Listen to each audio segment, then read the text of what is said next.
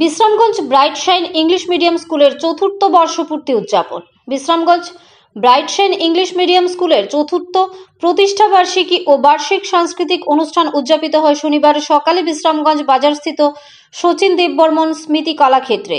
প্রদীপ প্রজ্বলন করে অনুষ্ঠানের শুভ সূচনা করেন রাজ্যের বিশিষ্ট শিক্ষাবিদ দেবপ্রসাদ ভট্টাচার্য, বিশিষ্ট শিক্ষাবিদ প্রদীপ দত্ত, শিক্ষাবিদ সেবব্রত দেববর্মা, ব্রাইট শাইন স্কুলের প্রিন্সিপাল রীতিশ দেববর্মা এবং স্কুলের চেয়ারম্যান লিটন চন্দ্র দেবনাথ।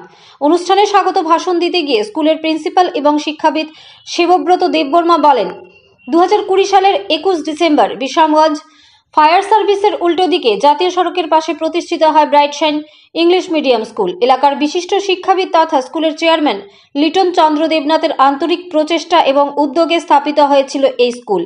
অতি অল্প সময়ের মধ্যে স্কুলটি বিশ্রামগঞ্জ এলাকায় সুনাম এবং দক্ষতা অর্জন করে। স্কুলটি নার্সারি থেকে স্ট্যান্ডার্ড 5 পর্যন্ত। স্কুলটিতে ছাত্রছাত্রী রয়েছে 120 জন এবং শিক্ষক শিক্ষিকা রয়েছেন 14 জন। আজকের শিশুরাই আগামী দিনের ভবিষ্যৎ প্রজন্মকে শিক্ষা দীক্ষায় এগিয়ে নিয়ে যাওয়ার জন্য স্থাপিত হয়েছিল এই স্কুল। এলাকার সমস্ত অংশের মানুষের সহযোগিতায় স্কুলটি এগিয়ে যাচ্ছে সামনের দিকে। অনুষ্ঠানে উপস্থিত বিশিষ্ট শিক্ষাবিদ সকলে স্কুলের উন্নতির জন্য সাহায্য এবং সহযোগিতার বার্তা দিয়েছেন।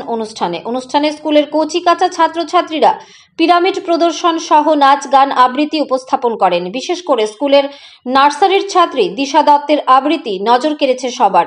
অনুষ্ঠান শেষে অতিথিরা কচিকাঁচা ছাত্রীদের হাতে পুরস্কার তুলে দেন। ব্রাইট শাইন স্কুলের চতুর্থ প্রতিষ্ঠা বার্ষিকী ও বার্ষিক সাংস্কৃতিক অনুষ্ঠানে স্কুলের ছাত্রছাত্রী এবং অভিভাবক অভিভাবিকাদের উপস্থিতি ছিল লক্ষণীয়। ব্যুরো রিপোর্ট, আরি, ধর্মনগর।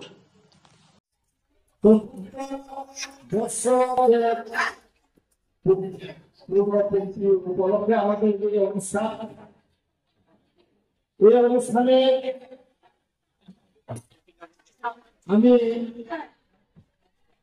আপনাদের সঙ্গে নিজেকে শেয়ার করতে পেরে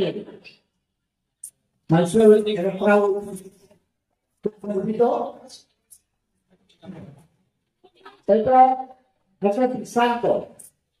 কেননা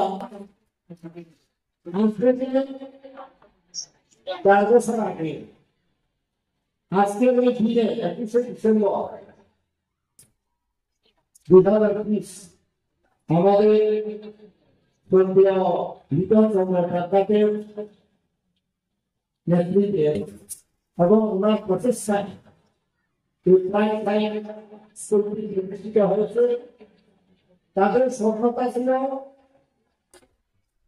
যে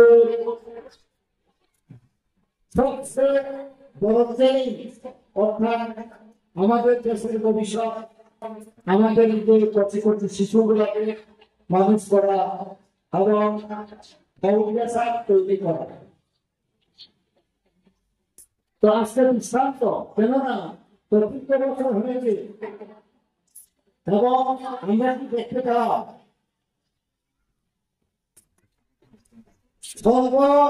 সন্ন্যাসীদের বিনিময়ে আমাদের শিক্ষক শিক্ষিকারা যেভাবে তাদেরকে